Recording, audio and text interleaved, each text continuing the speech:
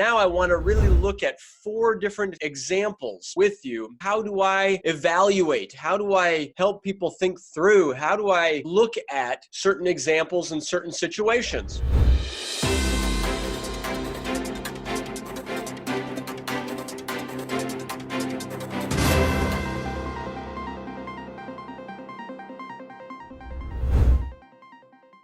So example number 1, it reads like this. Johnny, age 19, arrived to the United States in 2013 on a tourist visa from Mexico, but he overstayed his visa. Johnny is afraid to go back to Mexico because his father was constantly abusive to him. Johnny is gay and his father hates him for it. Johnny comes to our office to seek help. He's interested in asylum.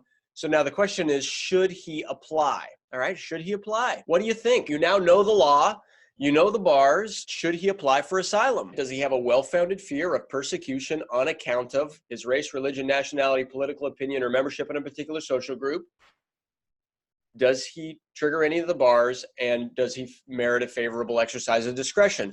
Well, we don't know very much. We don't know exactly. It says that he's afraid to go back because his father was constantly abusive to him. So constant abuse, we don't know exactly the details. We would want to know much more specifics of exactly what happened to him on each of the occasions that his father was abusive to him. And we see here that Johnny is gay and that his father hates him because he's gay. Being a gay man in Mexico is likely membership in a particular social group. But what's the problem in this case? The problem is that he arrived to the U.S. in 2013 on a tourist visa, and he overstayed his visa. And right now I'm filming this, it's in 2021. There is a 1-year filing deadline. If this person comes into my office and says, hey, should I file for asylum?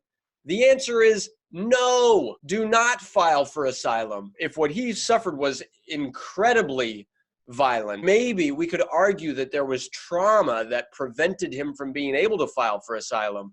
Maybe we could argue there was some exceptional circumstance, but we would need to know a lot more about his situation. Also, maybe even if he lost asylum, maybe he could argue withholding of removal. You've triggered the 1-year bar. If you file this case, you will lose. You might still be eligible for withholding of removal, but you will lose asylum. Example number 2, Maria has been beaten, raped, and burned with cigarettes by her ex-boyfriend, a member of a violent criminal street gang in her home country of El Salvador. She entered the U.S. without permission in 2020, and she's afraid to return. She's interested in asylum. Should she apply? What if she recently has fallen in love and is planning on getting married in 2021? So she was beaten, raped, and burned with cigarettes by her ex-boyfriend. All right, so she definitely has a well-founded fear, and it's definitely a fear of quote-unquote persecution. No question. Now, the question is, was it on account of her race, her religion, her nationality, her political opinion, or her membership in a particular social group? There's no statement here, right, that her ex-boyfriend, member of this violent criminal street gang, there's no explanation here as to whether or not he was harming her because of her race. We don't know if it was because of her religious beliefs. We don't know if it's because of her nationality. We don't know if it's because of her political opinion. Probably not. But what about this last one? Membership in a particular social group. Basically, people who are stuck in domestic relations. If you're stuck in a domestic relationship, there are arguments that that is a particular social group. Women in El Salvador who are in a domestic relationship and are unable to leave it. There are arguments that that is a particular social group. Those arguments are not straightforward. If you are in that situation, you will want to prepare the legal arguments behind your case as strongly as possible. Basically, the matter of ARCG is a case decided by the Board of Immigration Appeals in 2014 that was in favor of these types of cases. But under the Trump administration, the matter of AB repealed and overturned the matter of ARCG.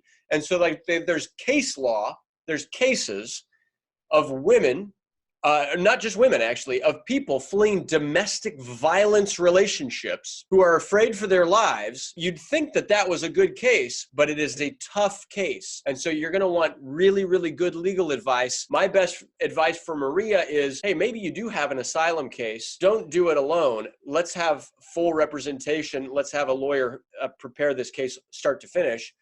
And if you're eligible for anything else, apply for it simultaneously. So yes, seek asylum, do it with as much legal guns as you can possibly do it with. And if you've recently fallen in love, and if you're planning on getting married, hey, you could do that. Example number 3. Jose owned a small business in his hometown in Guatemala. It's a small supermarket. The supermarket was targeted by narco-trafficking gangs. So one day, the gang members show up to his supermarket. They threaten to kill him if he didn't pay their quote-unquote tax of $4,000 for quote-unquote protecting his area. But he was only able to pay them $2,000, half of the $4,000 that they requested. And because of that shortfall, he was only able to come up with $2,000. They kidnapped him. They beat him severely. And they started calling his wife and other family members, threatening them. And so because of all of this, he fled the country, he entered the United States, and now he wants to seek asylum. Jose, thank you. Thank you for coming in. Thank you for being with us. Thank you for going through this process. Do you have a well-founded fear? Yes, you do. Is your fear of persecution? Absolutely. You were kidnapped. You were beaten severely.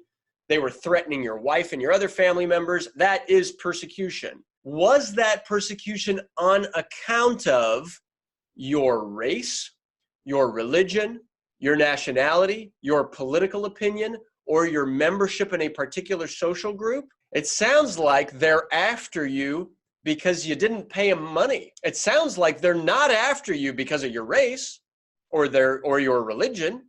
Even if you are a member of a racial minority, that doesn't sound like that's why they are after you. They're after you because you didn't pay them money. Is that a particular social group? I mean, maybe there's some arguments that we could come up with.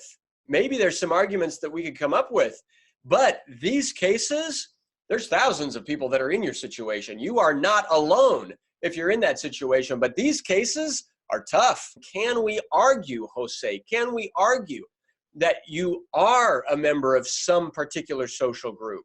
And can we show that those narco-trafficking gang members were after you because of your membership in that particular social group? Can I tell you a strategy? Sometimes the strategy that I use is, Jose, you don't file, or maybe you could file your own case, but the primary case might be your wife's. Your wife was getting called and threatened. Other family members were getting called and threatened.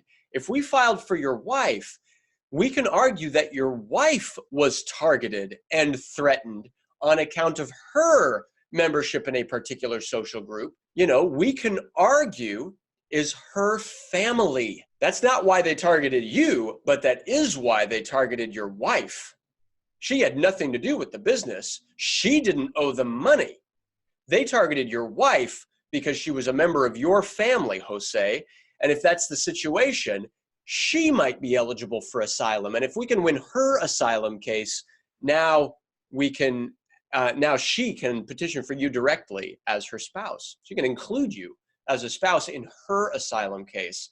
Sometimes that's the strategy. That's a nuance. That's a complicated legal strategy. Fourth example, Yulia was active in her student group in college in Ukraine. On multiple occasions, being active in her student group, she was protesting, and police shot at her and her friends with tear gas and with rubber bullets. She was arrested at these demonstrations, political demonstrations, on 3 occasions. She was detained overnight and then released the next day without charges.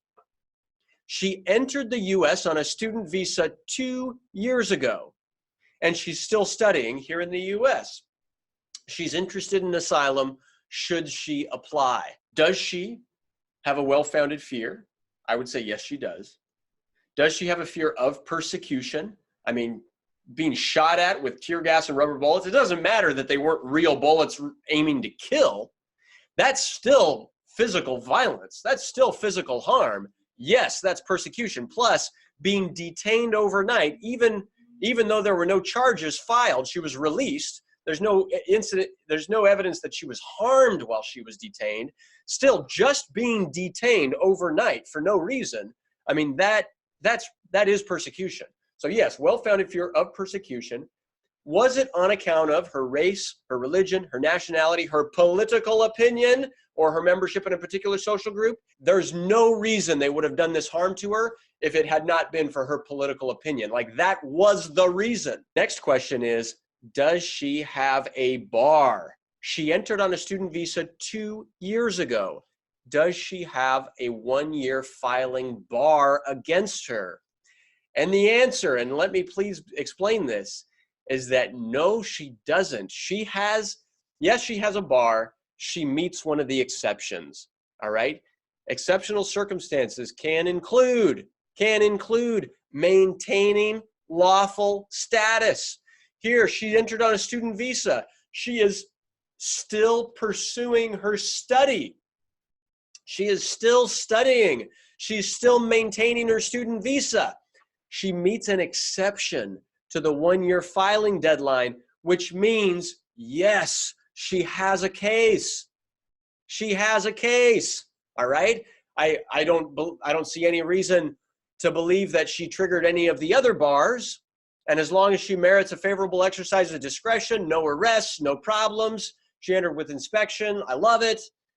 She's got a case, all right? I'd love to handle this case. Yulia, you've got a case. Congratulations, all right? I hope going through these examples, what's the point?